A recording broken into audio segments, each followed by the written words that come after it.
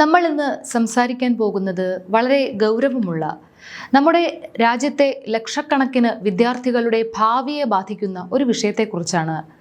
നമ്മൾ വിചാരിച്ചു നീറ്റ് പരീക്ഷാ വിവാദങ്ങൾക്ക് ഒരു പരിഹാരമാകും ഈ പുനഃപരീക്ഷ എന്ന്. എന്നാൽ എന്താണ് ഇന്നലെ സംഭവിച്ചത്? നീറ്റ് പുനഃപരീക്ഷയും അട്ടിമറിക്കപ്പെട്ടിരിക്കുന്നു. കേൾക്കുമ്പോൾ അവിശ്വസനീയമായി തോന്നാം, പക്ഷേ അതാണ് യാഥാർത്ഥ്യം. എല്ലാ സുരക്ഷാ സംവിധാനങ്ങളും ഒരുക്കി അതിശക്തമായ ജാഗ്രതയിലാണ് പരീക്ഷ നടത്തിയത് എന്ന് സർക്കാർ അവകാശപ്പെടുമ്പോഴും രാജ്യത്തിന്റെ പല ഭാഗത്തു നിന്നും പുറത്തുവരുന്ന വാർത്തകൾ ശരിക്കും ഞെട്ടിക്കുന്നതാണ്. ബീഹാറിലും UP-യിലുമൊക്കെയായി ആൾമാറാട്ടം നടത്തിയ 9ഓളം പേരാണ് ഇതുവരെ പിടിയിലായിരിക്കുന്നത്. വിദ്യാർത്ഥിയുടെ അടിവസ്ത്രത്തിൽ ഒളിപ്പിച്ച സിം കാർഡും മൊബൈൽ ഫോണും വരെ പിടിച്ചെടുത്തു എന്ന് പറയുമ്പോൾ ഈ തട്ടിപ്പിന്റെ ആഴം എത്രത്തോളമാണെന്ന് ഒന്ന് ആലോചിച്ച് നോക്കൂ. ഹൈദരാബാദിൽ മൊബൈൽ ഫോൺ വഴി ഉത്തരം കണ്ടെത്താൻ ശ്രമിച്ച വിദ്യാർത്ഥിയെ പിടികൂടി. ഇതിലും സങ്കടകരമായ വാർത്ത അവിടെ ഒരു പരീക്ഷാർത്ഥി മാനസിക വിഷമം മൂലം ജീവനൊടുക്കി എന്നുള്ളതാണ്. ഇതിലൊക്കെ ഏറ്റവും വലിയ കോമഡി എന്താണെന്ന് വെച്ചാൽ ടൈംസ് ഓഫ് ഇന്ത്യ റിപ്പോർട്ട് ചെയ്യുന്ന ഒരു കാര്യമുണ്ട്. ഇന്നലെ നടന്ന ഈ നീറ്റ് റീ എക്സാമിന്റെ ചോദ്യപേപ്പർ ഓൺലൈനിൽ ലഭ്യമായിരുന്നു അത്രേ. അതും വെറും 5000 രൂപയ്ക്ക്. വീഡിയോ കോളിൽ വന്ന് ഫേക്ക് കോളർ ID ഉപയോഗിച്ച് ചോദ്യപേപ്പർ കാണിച്ചു കൊടുക്കുന്ന അവസ്ഥ. വെറും 5000 രൂപയുണ്ടെങ്കിൽ ചോദ്യപേപ്പർ റെഡി. നിങ്ങളൊന്ന് ആലോചിച്ച് നോക്കിക്കേ. 2, 3, 4 വർഷമായിട്ട് ഇതിനു വേണ്ടി ഉറക്കമൊഴിച്ച് കഠിനാധ്വാനം ചെയ്യുന്ന നമ്മുടെ നാട്ടിലെ സാധാരണക്കാരായ വിദ്യാർത്ഥികളുടെ എഫേർട്ടിന് എന്ത് വിലയാണ് ഇവിടെ ഉള്ളത്? അവരുടെ സ്വപ്നങ്ങൾക്കൊക്കെ എന്ത് വിലയാണുള്ളത്? ഈ പരീക്ഷയ്ക്ക് വേണ്ടി എത്രയെത്ര കുട്ടികളാണ് കോച്ചിങ് സെന്ററുകളിൽ ലക്ഷങ്ങൾ കൊടുത്ത് വീടും നാടും വിട്ട് വന്ന് താമസിച്ച് പഠിക്കുന്നത്? കഴിഞ്ഞ തവണ ചോദ്യപേപ്പർ ചോർന്നു എന്ന് പറഞ്ഞപ്പോൾ സർക്കാർ എന്താണ് ചെയ്തത്? ടെലിഗ്രാം ആപ്പ് നിരോധിച്ചു. ചോദ്യപേപ്പർ ചോരാൻ കാരണം ടെലിഗ്രാം ആണെന്ന് പറഞ്ഞായിരുന്നു ആ നിരോധനം.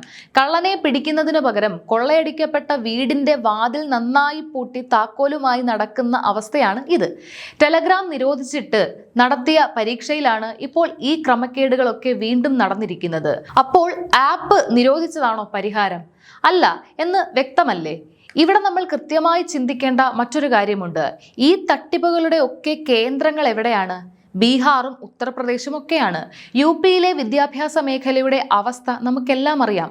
മികച്ച വിദ്യാഭ്യാസ സ്ഥാപനങ്ങളോ പഠന സൗകര്യങ്ങളോ ഒരുക്കാതെ വളരെ എളുപ്പ വഴിയിൽ ചോദ്യപേപ്പർ ചോർത്തിക്കൊടുത്ത് വിജയമുണ്ടാക്കുക, എന്നിട്ട് രാജ്യത്ത് ഞങ്ങളാണ് ഒന്നാമത് എന്ന് അവകാശപ്പെടുക.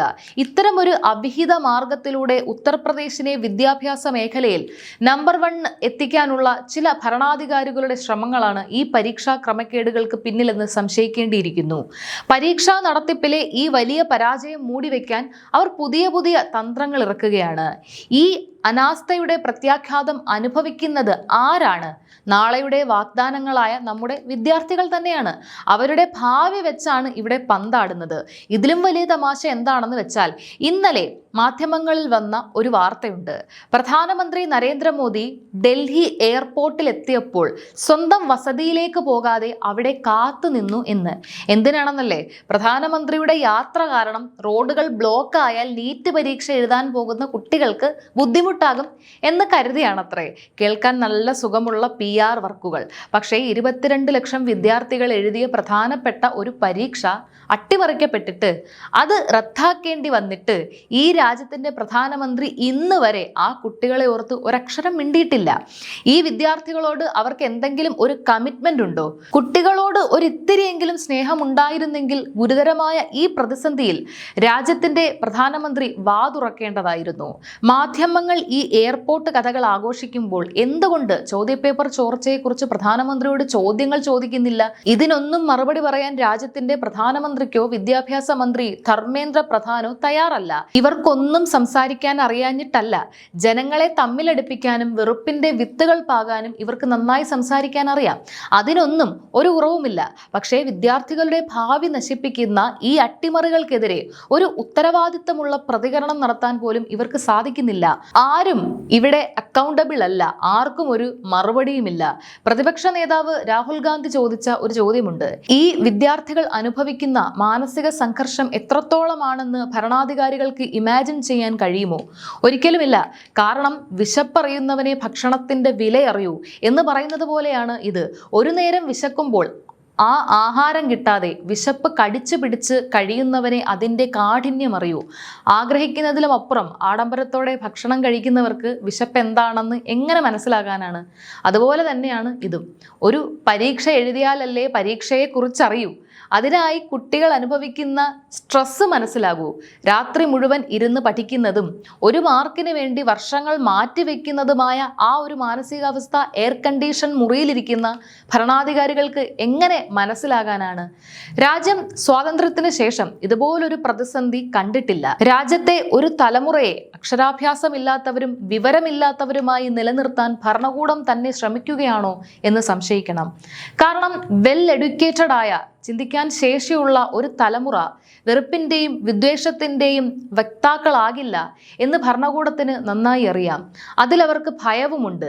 ആ ഭയത്തിൽ നിന്നാണ് ഇത്തരം വലിയ പരീക്ഷാ മാഫിയകൾക്ക് ഇവിടെ തഴച്ചു വളരാൻ അവസരമൊരുങ്ങുന്നത്. എല്ലാത്തിനും ക്രെഡിറ്റ് എടുക്കാൻ 1000 ആളുകൾ വരുമ്പോൾ, ഒരു തലമുറയുടെ ഭാവി തകരുമ്പോൾ ഉത്തരം പറയാൻ ഇവിടെ ഒരൊറ്റ മനുഷ്യനെ പോലും കാണാനില്ല. ഇന്നലെ നടന്ന പരീക്ഷയുടെ ചോദ്യപേപ്പറും ചോർന്നു എന്ന് അജ്മീർ സിറ്റി പോലീസ് കേസെടുത്ത് സ്ഥിരീകരിച്ചിരിക്കുകയാണ്. അതുകൊണ്ട് നാളെ ഈ പുനഃപരീക്ഷയും റദ്ദാക്കി എന്ന വാർത്ത കേട്ടാൽ നിങ്ങൾ ആരും അത്ഭുതപ്പെടേണ്ടതില്ല. പക്ഷേ ഓർക്കുക, തകരുന്നത് നമ്മുടെ കുട്ടികളുടെ ജീവിതമാണ്, നമ്മുടെ രാജ്യത്തിൻ്റെ ഭാവിയാണ്. ഇതിനെതിരെ നമ്മൾ പ്രതികരിച്ചേ മതിയാകൂ. നിങ്ങൾക്ക് ഈ വിഷയത്തിൽ എന്താണ് തോന്നുന്നത്? നിങ്ങളുടെ അഭിപ്രായങ്ങൾ താഴെ കമൻറ്റ് ബോക്സിൽ രേഖപ്പെടുത്തുക.